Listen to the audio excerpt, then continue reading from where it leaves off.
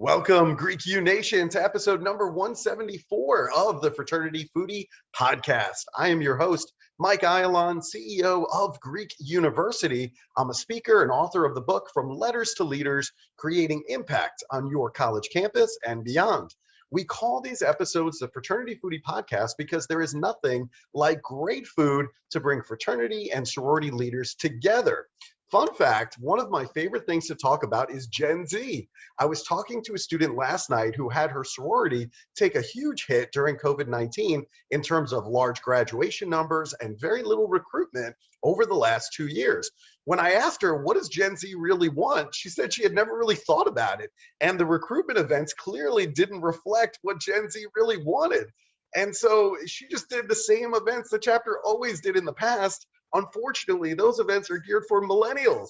So step number one is to understand what Gen Z really wants. Step number two is to make some changes to your events and make them so irresistible to Gen Z. That way you have high recruitment and high retention of your existing Gen Z members. Now, our next guest, Dr. Meghan Grace, has a passion for helping others grow and developing sustainable strategies and solutions. She is a researcher, an author, and consultant who helps individuals and organizations work more efficiently and effectively while using data to inform planning and decisions. She does Gen Z research, consultation and training, strategic planning and project management, assessment and research, curriculum and program development, also event planning and implementation. Interestingly enough, before coming to work for Plaid, she served as the director of undergraduate programming and university partnership for Sigma Phi Epsilon fraternity. And she also has diverse campus-based experience working in leadership programs, event planning, course planning, curriculum development, and also career development. So I can't wait to get into this interview. Welcome to the show, Meghan. Hi, Michael. Thank you so much for having me. You made me sound really, really cool. And when you say all that stuff, I'm like, wow, I've done kind of a lot of different things. And I'm really excited to share about it today. So thanks for having me. Of course, it's my pleasure. You have so much great information to share with our Gen Z listeners. So for me, it's a huge treat because I get to learn and I get to share some great information with our audience. So this is a win-win all the way around. I think our audience would probably want to know a little bit of background about you. I know that you chose Chapman University in California for your undergraduate experience. So why was Chapman the right place for you? So I loved Chapman for a lot of reasons. And I always think back to like, what was 17-year-old Meghan thinking? And not in a bad way, but everyone asked that question. And especially as I talk with students, like, how did you end up at that institution? And when I look back on it, I guess I was really insightful for a 17-year-old because when I was making my college choice, I was trying to figure out, like most people, location matters. I grew up in California, grew up in Central California. Chapman was only 2.5, 3 hours away from my hometown, but it was light years different than my hometown. And I was like, this is amazing. It was near the beach. That's not a bad knock, not a main reason why I ended up there, but it was a great location. But I really did love when I toured campus. I always tell the story of how I was actually supposed to tour, it was welcome or like new student day. Admitted students day on the same day for 2 institutions I was really interested in. They were giving me relatively the same financial aid package. So I had a hard decision to make. And so I joke that we went to Chapman in the morning and I had so much fun that I never left and we never made it to the second admitted students day. So I think that was a good reason why I made that decision to be there, was that I clicked with the students. I felt like I loved the students that I did interact with. I know COVID is definitely changing the way that students can interact with, our prospective students can interact with an institution, but I always give the advice, like, do your best to connect with a current student. It's going to be a very different experience than just what you see online or what you can get with through an admissions counseling session. And so it felt a little bit what I loved about my high school and what I loved about my hometown, but there was so much new and so much different. And I just really loved the community and I just knew that there was a lot of opportunity to get involved. I was very involved in high school and that never stopped in college. And so that is how I ended up at Chapman. And it was a runaway train after that. I got there and I gobbled up every experience I possibly could. And I joke, I got my money's worth and my student loans worth of how much fun and how much involvement I did. I love that story. I have a daughter who's a sophomore in high school, and I have a son who's a junior in high school. So they're looking to make some decisions pretty soon. And based on that story, I'm going to be very selective on which campus we go to first, because I Mhm. think students tend to fall in love with whatever they see first. Well, and I was lucky. My parents actually, my middle school did really good job of like introducing us to colleges and taking us to campuses. And in California, there's a zillion, so there was no shortage. The first college campus I ever toured was UCLA. And so of course I did apply to UCLA. They were like, ma'am, thank you. You have good grades, but not good enough grades to get into UCLA. I said, all right. So it was still that first college really does matter, but it's such an important experience I do think like just walking your small kids around a college campus is a great thing you can do for them. It's also free. Like you can just freely walk around a campus. It's free marketing to an institution, but that early exposure really is important. So I rarely, but often do think about like that time when I did go to UCLA. I was like, I'm going to go here one day. I didn't, but I did apply, so it worked. Yeah, absolutely. And just like you mentioned, you were super involved as a student, both in high school and then in college. In college, you were doing cheerleading, student employment at the Student and Campus Life, peer academic advising, and then, of course, Phi Sigma Sigma. So what was so special about Phi Sigma Sigma sorority that made you want to be a part of this particular sisterhood?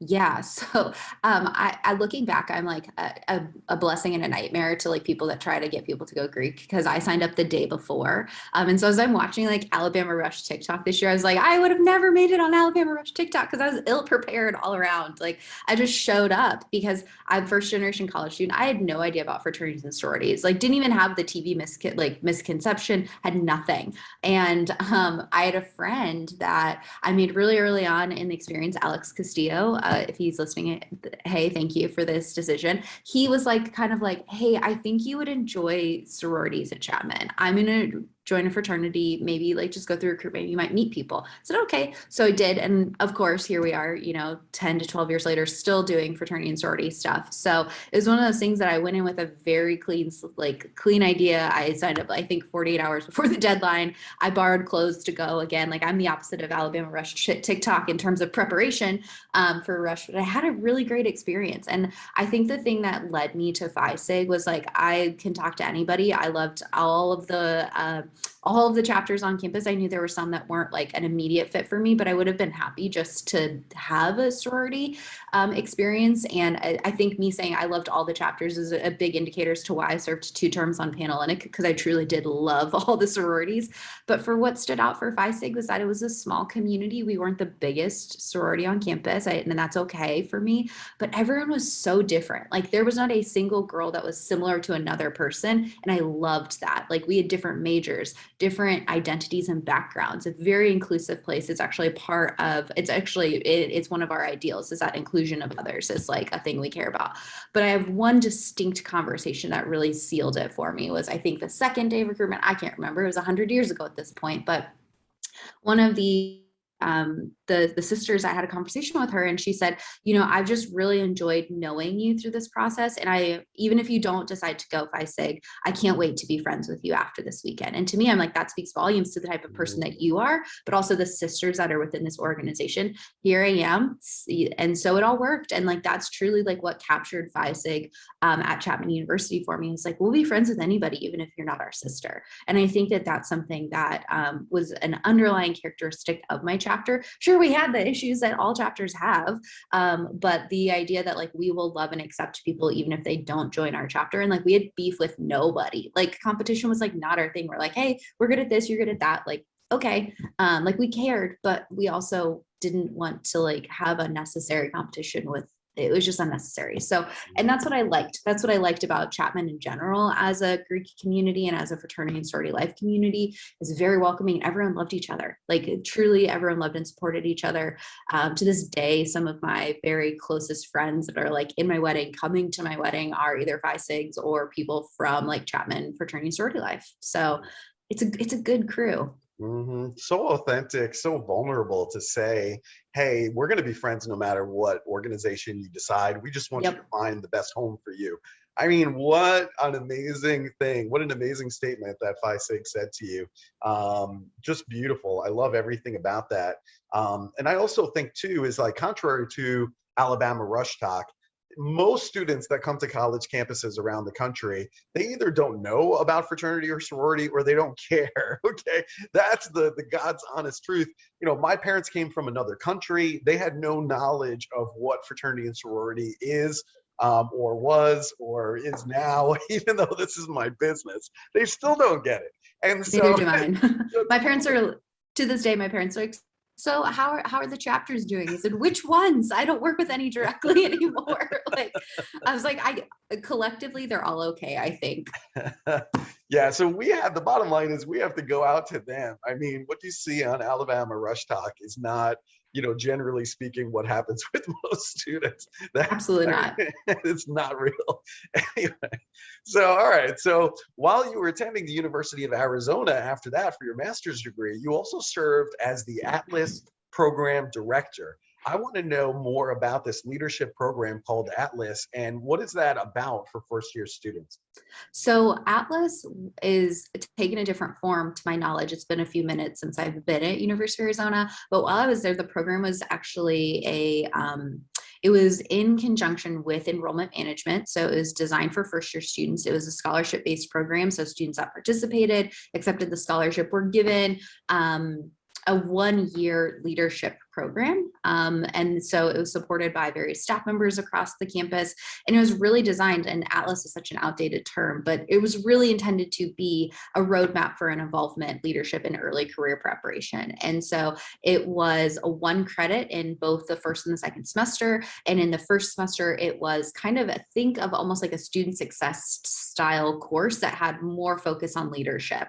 And then the second semester was, if students wanted to participate, we would match them with a 1 credit internship. So again, that early career preparation of allowing students to get their feet wet in a lot of nonprofit based internships, because there's lovely, lovely nonprofits in Tucson, and they're always willing to work with the U of A students. And so I loved being able to do that kind of work with the students, because it wasn't just leadership development, but it was career planning. And as we know, so many more students, especially Gen Z, are thinking more and more at an earlier age, like, what am I going to do with my career? And how do I structure my college experience to be supportive of that?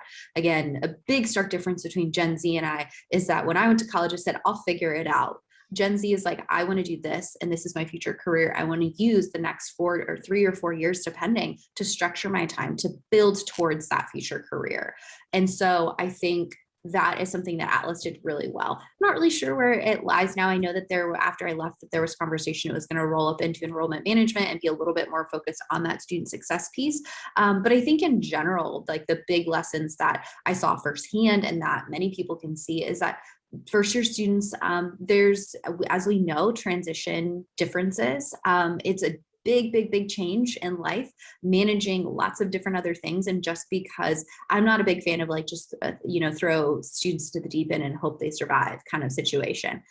There's nothing wrong with having additional support for the students that want it and need it in that first year to ensure they're successful for the next 4. We want to keep students for the next 4 years. That's our goal. And so I loved what Atlas did for students. And it wasn't just like, here's how to manage your schedule. It's like, what are the values that matter to you? What are the strengths you bring into what you do on campus? What are some involvement opportunities? Let's start your resume and let's start thinking about internships. And so that's what it did. And it was a really great opportunity.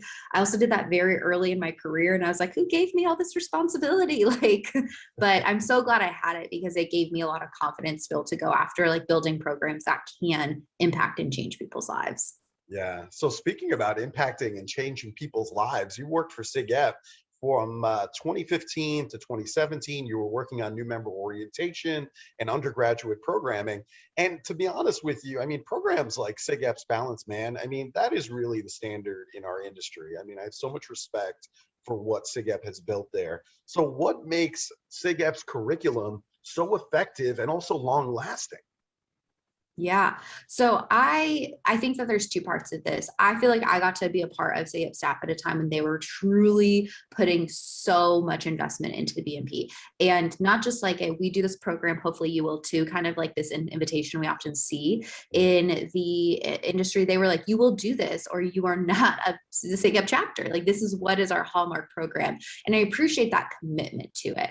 And they gave, again, early in my career, and these people gave me so much responsibility to say, what what do you think students need? And so during those 2 years, I actually spent a lot of time with our team designing a more modern version of the BMP and really focusing specifically on the 4-year experience. So after we knocked out what that new member orientation time looks like for those, 8 to 12 weeks when students are just joining the organization, we then turned our sights and said, we say this is a 4-year program, and that's truly what makes us different. How do we create a program that's not only fitting the needs and the interests of students that are not first-year students, so your second, third, and fourth-year students that still want to learn, and designing things that match their life stage and their developmental stage. So I really love the kind of what would be considered the fourth stage or the fourth phase programming, because it's really fun. Like they do really cool stuff about how to be an adult that no one teaches you how to do. And what better way to do that than with your fellow brothers and your fellow members and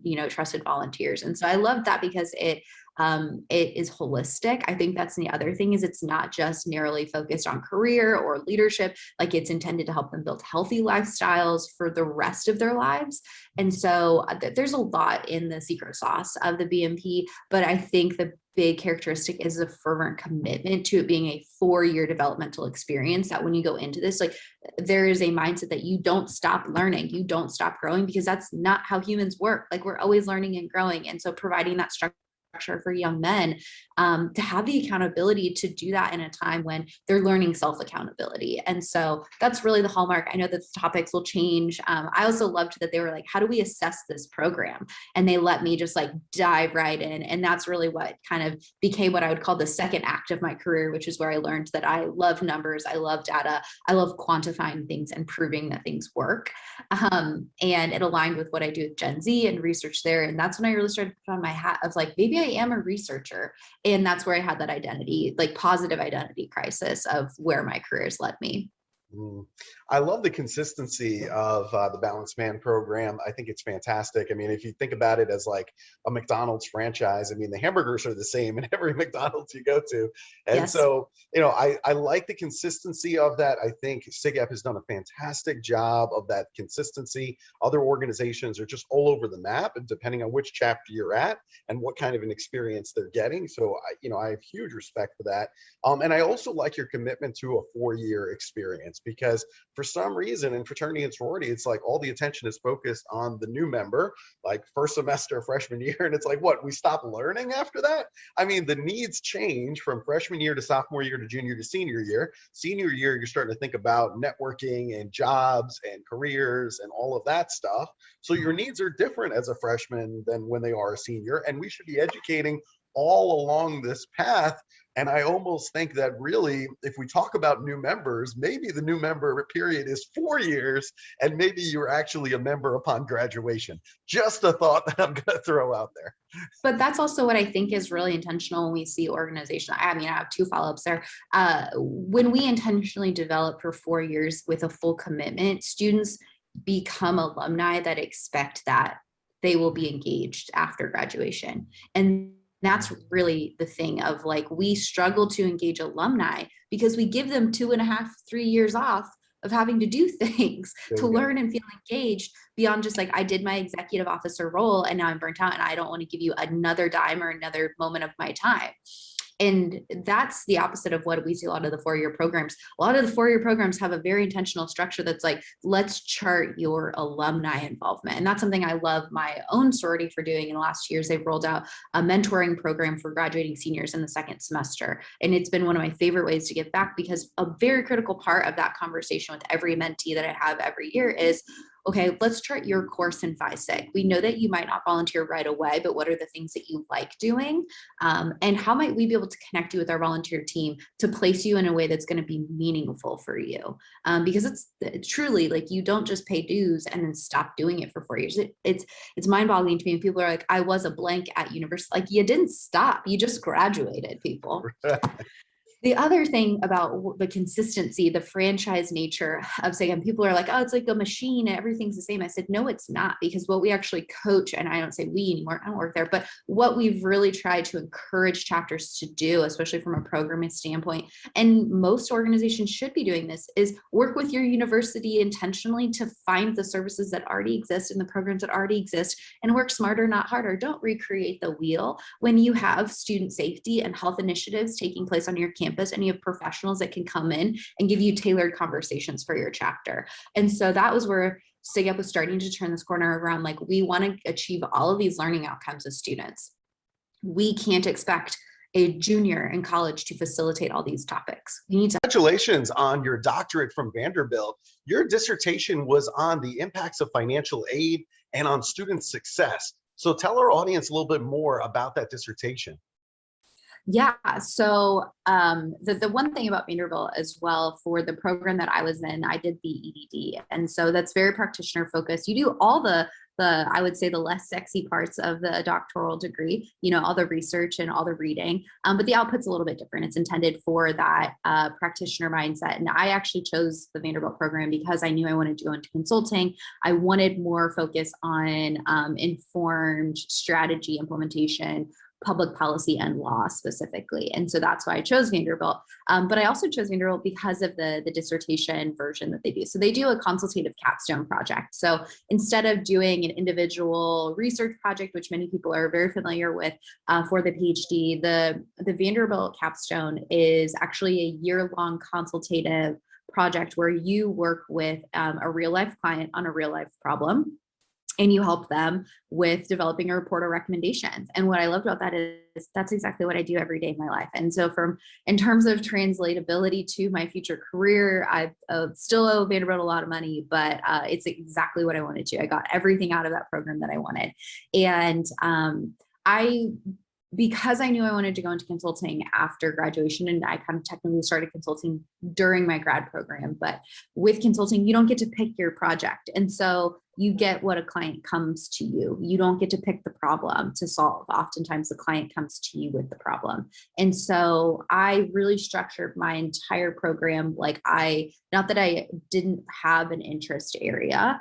Some people have a very strong interest area, whether that was advising or law or things like that. Mine was, I want to learn everything to be good at everything because my clients will need that. And so I structured every project with an open mind that I wanted to learn how to work with lots of different types of people. And so I did lots of different projects. I did a really amazing project at TSU where I learned about the collegiate experiences of second year Black men at a historically Black college or university, so that I could understand that type of institution and those students better, because those are students that need to be served within the industry of higher education. I worked on projects about rural education in K-12 and learning about the issues that rural communities might face. And so when it came to capstone, I was really an open book. So I just wanted to make sure I had good teammates, because you tend to have to go through life with good teammates. And so I had good teammates, love them, Danny and Micah, delightful people to work with. And we kind of let our project come to us. We really, there was a few different options, and we ended up doing our project with Colgate University, focusing on financial aid. And I didn't think I was going to do that much about financial aid going into this project, but I soon learned that if I wanted to be able to impact the lives of students, and I wanted to be able to think about important policy decisions, student or financial aid is a huge part of the student experience. I always kind of prided myself in being a student life researcher, understanding the student experience, campus climate. But financial aid is a big reality for many of the students that are in higher education today. It's, I think, over half are financing education with some form of financial aid, whether that's grant aid, or actually it's much higher than that. It's probably closer to 70 or 80 that have some form of financial aid, whether it's institutional grant aid or federal grant aid or federal loans. And so doing a project at Colgate was amazing. We did a mixed methodology project. So we used a little bit of institutional data that existed. We did some interviews. We did with staff and students. And we did something that we kind of made up that some people were like, we don't know how this is going to go. And it turned out great, which was called a time log study. So we worked with a group of financial aid students and full pay students that were de-identified. And we had them complete a log of their time over 2 weeks, because we wanted to study study, because we know time is an important resource, especially with college students. We wanted to be able to identify the differences that students who are on financial aid and those who are not, to determine, is there ways that the institution can support students on financial aid in different ways. And we found some really interesting stuff, but throughout the process, I just fell in love with Colgate as an institution. They're doing amazing work for students. But like all institutions, they also have other things to focus on, and they have other things that they can be focusing on in terms of improvement. And so learned a lot about financial aid, especially at small elite institutions, and the ways that financial aid can be a huge life-changing lever that institutions can pull to impact lives of students that are qualified to be there, that have the academic merit to be there. But there's a lot that financial aid does not cover in terms of welcomingness, belongingness, and the feeling of community, and that they do truly belong in a campus community. And so there's some things that it's not just getting grant aid. There's so many other elements of student culture that impact a student on financial aid. Yeah. That's what we learned. That's an awesome foundation for the work that you do. I think that is just absolutely incredible. And now you're a full-time consultant with Plaid. So talk to us about Plaid. You know, who are your customers? Talk to us about some of the work that you've been involved with there. Yeah, so Plaid is an organizational training and development firm. People are like, what is that? We really try to simplify it. Our mission is really directed to being better. The people we work with really range in industry. So we primarily provide services within education and training and development. So anything from like an online course to curriculum development, to the fact we own and operate our own learning management system, to research and data solutions. That's kind of where I fit into things, like when people want to assess things. And then we do what I call kind of like general consulting for organizations. So that might be developing a strategic plan or executive hiring and search functions.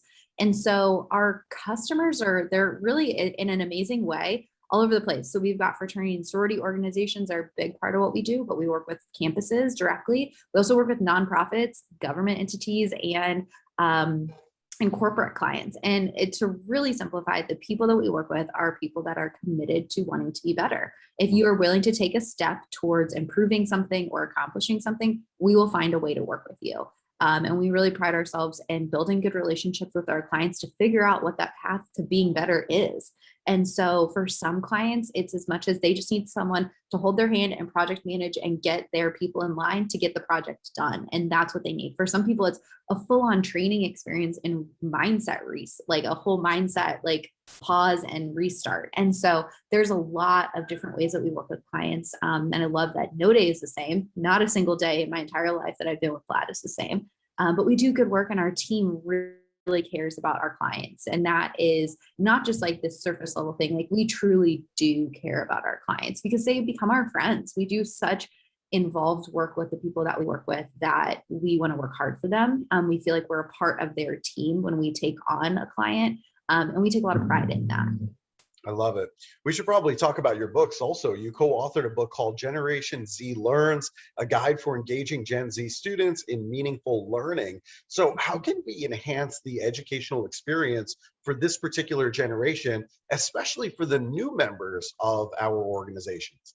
So and I'm going to say we as a fraternal industry, we very much so lean on the fact that learning has to take place in a formalized session. That it has to take place at a convention, or it has to take place at an officer training academy or a new member meeting.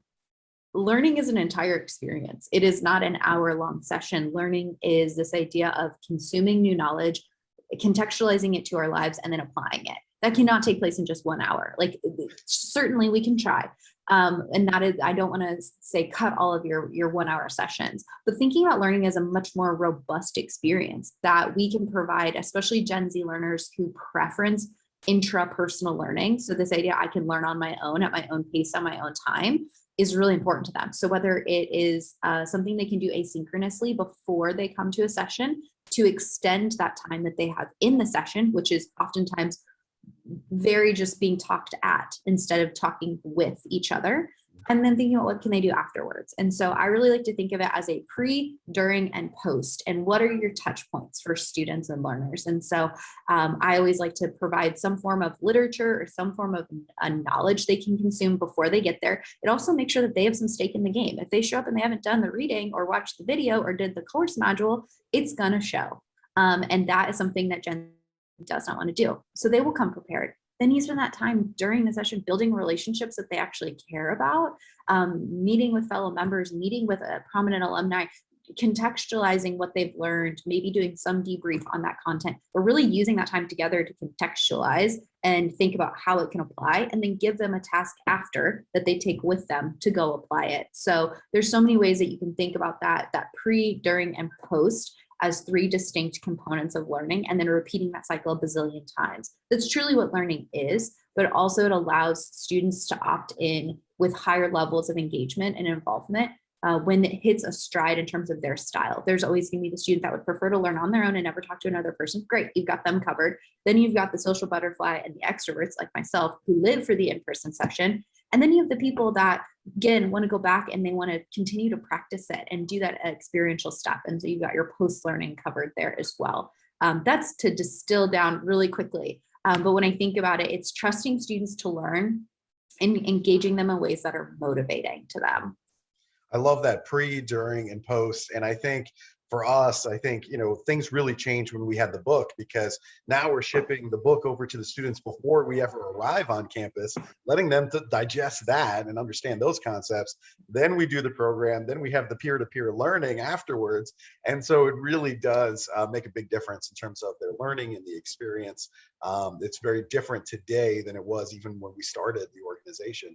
The other thing is, before that, you also co-authored another book. It's called Generation Z Leads, a guide for developing the leadership capacity of Generation Z students. So what, in your opinion, is the best way to develop their leadership capacity right now? I think it comes to 2 areas. When we're thinking about Gen Z as leaders, they really love to be a part of planning and strategizing. If they're given a to-do list, they will go, but they want to be a part of developing that to-do list. So I say, if you don't put a priority if you're a national board member or you are a headquarters staff member and you don't have a student advisory board, this is your time. Like, go find your student advisory board, because so much as just being able to weigh in on a document or being able to say, how do you think your fellow peers are going to feel about this new policy, speaks volumes to them that they are included and that they are a part of that process.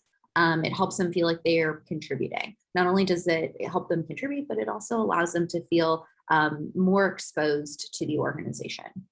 Another component of when we're thinking about engaging Gen Z as leaders right now, they really want to dive in and do leadership. Like, they want to get their hands dirty. We see that with their activism, even outside of the fraternity and sorority world. Like, we're seeing their activism at much younger ages dive in, and it's not perfect all the time. Like, nor should it be perfect. Leaders should not be perfect people. We need to take that notion out of our minds. But what I think is really critical in the leadership development of others is this idea of mentoring. It's something that Gen Z wants. They're articulating it as something they want in their careers. And I think that that's something that we can model and we can actually start to institute from a formalized perspective within fraternity and sororities. I'm not talking like big bro, little bro type stuff. I'm saying like they want career mentors. I mentioned my sorority's done a really great job of integrating a career mentoring program. Leadership mentoring is also important. So when we think about our chapter presidents, and if they have their chapter advisor, but sometimes they don't always click with their chapter advisor. They might have their chapter services professional staff member. They might not click with that person. But having that individual maybe potentially identify another person within the organization that is not an advisor, is not a chapter services member, but is just a random person like myself, to talk about the woes of being a leader and have nothing to do with the day-to-day ins and outs of being a chapter president, would be life-changing, because so many of them just want another adult in their life to talk to. Mm-hmm. And I think that the mentoring component is huge. Yeah, we have that in fraternity and sorority life. We have that in spades. So it's like, we really need to use that as a selling point. And I guess, that kind of leads into my next question, because in looking at how Gen Z recruits for their organization, let's say on Instagram and the events that they're holding for recruitment, what mistakes are you seeing in terms of how Gen Z recruits and retains their members right now? So I think that, and we see this in the way that Gen Z, even outside of fraternity and sorority life, crave authenticity. Like, they want the real. Like, they don't want the manicured, the curated, perfect life. And what do we do during recruitment and rush events? We put forward the inauthentic, curated, manicured version of being in a fraternity sorority. That's it. We inauthentically present an experience. And there's probably a lot of people out there that are going to be mad at what I'm about to say. Is we need to give students permission to do things differently, not only in the process, but in the policy around recruitment. They do not feel like they can develop authentic relationships, nor can they present their chapter experience in an authentic manner. Is your chapter experience 45 minutes talking about how glowing your philanthropy is? No. Your chapter experience is the late nights in the library, like stewing over a math problem that you're all working on. That is a chapter experience. Sure, you can't invite a new member to go to the library late night to work on a math problem, but we need to be giving students permission. And this is something that's going to take a lot of time and a lot of energy from a lot of people, because it has to come from both the campus and it has to come from the national organization to give students permission to rewrite the way that we recruit, because they're not able to develop the authentic relationships that they want to. Wow, that is and so smart. It is the structure. It is the structure that we've put around recruitment. And, you know, you pointed out early in the intro that Gen Z is doing things the way that they've always been done. It's also because they don't feel like they have the permission to radicalize something different. And I will say something that's going to make a lot of people mad. We've created recruitment and recruitment experiences to benefit the people that oversee recruitment experiences, not those being recruited. Wow. That is profound and so true. Man, I really challenge students to kind of reimagine what recruitment and retention looks like in their chapter. But you're right. I mean, with all of the policies and procedures that are in place, do they have the freedom to do that? Do they even feel like they can? And many times they like need my blessing to go and make those changes. And I'm like, oh my God, like they know that it's not working, but yet they don't know if they have permission to go in a new direction. So that really is kind of where they struggle. Wow. And we did hear about some people were like, I struggled through COVID to recruit because we couldn't recruit in the ways that we always recruited before. Well, certainly not. Your structures were completely different. And then we have other organizations that were like, we crushed COVID recruitment because we got to do what we do really well, which is sit and have a conversation. Right. And so when you boil that down, I'm like, well, then maybe we should sit down and have more conversations. Like, what if recruitment was just a bunch of coffee dates and you figured out who your friends are for the rest of your 4 years in life? And so that's where I think that COVID gives us a really good opportunity to pause and shake it off and say what worked well for us, what didn't. And do we all need to do the same thing? Right. Megan's dropping knowledge. I hope no one gets mad at me. No, someone out there might get mad at me. Listen, it's real. I mean, I get it. And I think it's real, and I think it's honest, and it's true. I think we have to reimagine what that looks like in terms of recruitment. And maybe it is a bunch of coffee dates, because ultimately that's what students want. And it's got to be authentic instead of this rehearsed, I don't even know, this dog and pony show that's not even real. So I think we have to really think about some of these things, and maybe the pandemic is here to teach us those lessons. And maybe that's what we can take from it, right? I think that's what's possible. And if it makes a better fraternity and sorority experience, then I'm all for it. Now, we do love good food here at Fraternity Foodie, and I live just down the road from you in Franklin. We're literally like 15 minutes apart. So yes. I need to know, other than playing video games, what are your go-to restaurants in Nashville?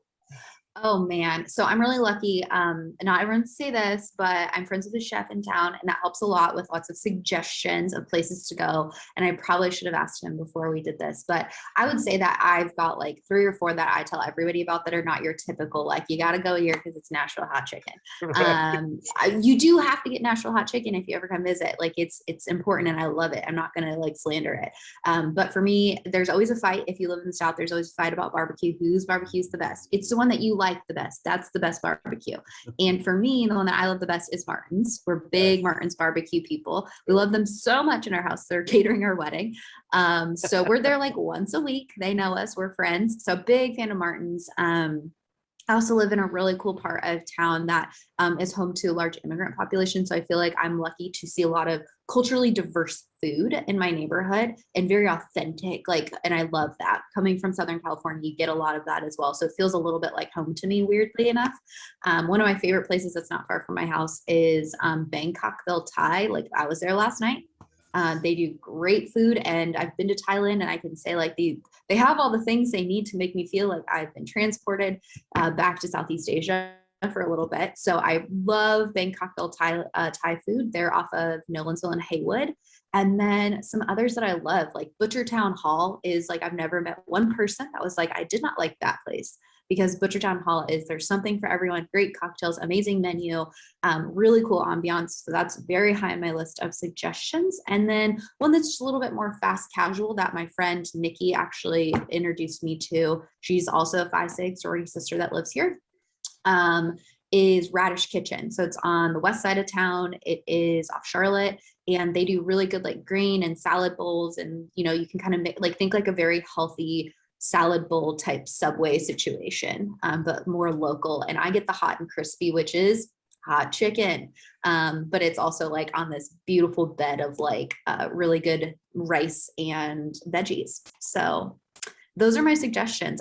My palate's a little bit all over the place. I'm a really adventurous eater. If I ever leave the country, I'm like, I have to try everything at least once, which means my food bill when I travel is high, but my excitement level is also high. So Megan, you and I, we can go out and agree on food all day long. So we're going to have to set up, we'll get your fiance, we'll make some plans because we have the same palate in food.